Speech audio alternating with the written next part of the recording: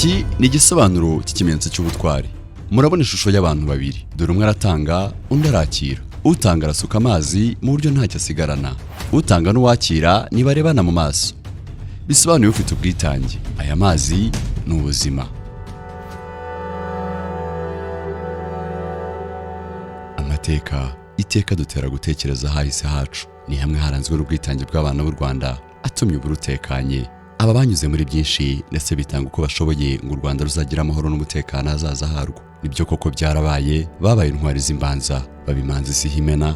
Ibyo bakoze byose biba ingenzi mu byashingiweho ngo u Rwanda ruhamye ibigwi mu barwo n'imahanga. Mu ijoro rya tariki 18 kwezi kwa gatatu umwaka w'1997 twatewe n'igitero cy'abacengezi aho twigaga ku ishuri rya Nyange. Ndabyuka nko muri iryo joro twari tumaze no gusoma ijambo ry'Imana usanga mu Baroma bivuga ngo ni iki cyadutandukanya n'urukundo rwa Kristo.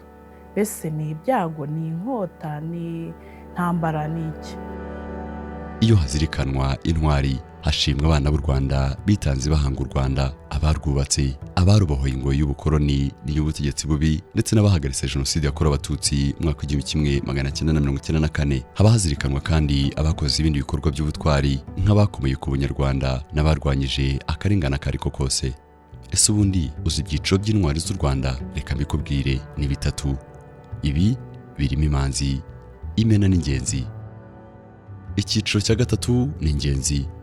Ni ingenzi kuko kireba nge nawe. Iki ni intwari yinga imena, ikaba inkwakuzi mu kugaragaza ibitekerezo cyangwa ibikorwa by'ingirakamaro birangwa n'ubwitange buhebuje, akamaro gakomeye n'urugero ruhanitse.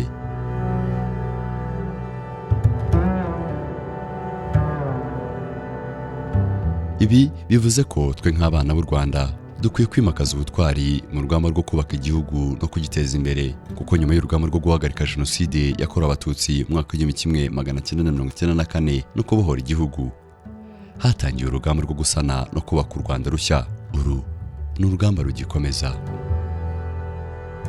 Ibyo nge nawe dusabwa muri uru rugamba rwo kubaka igihugu no kugiteza imbere muri iki gihe no mu gihe kizaza, harimo gukomeza gushingira ku muco n'indangagaciro ziwugize, gukomeza kwigira ku ntwari z'igihugu cyacu zirimo izahanze u Rwanda, izarwaguye n'izarukuye mu bihe bibi rwanyuzemo kuva kera kugeza ubu, kwimakaza ubupfura buturinda ingeso mbi zidindiza iterambere. Izi zirimo ubusambo, ubunebwe, ivangura, gutonesha, kwishyira hejuru, kwirara, kwirarira, uburangare, gukoresha ibiyobyabwenge, kugira umwanda, gukoresha nabi bya rubanda, ruswa ndetse n'ibindi.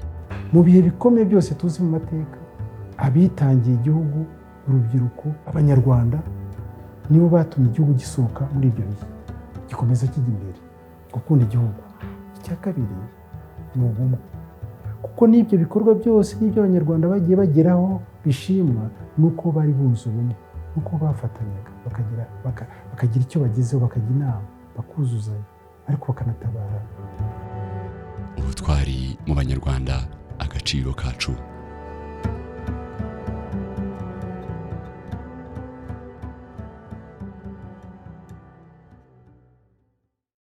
Secret memory. Keep the memory.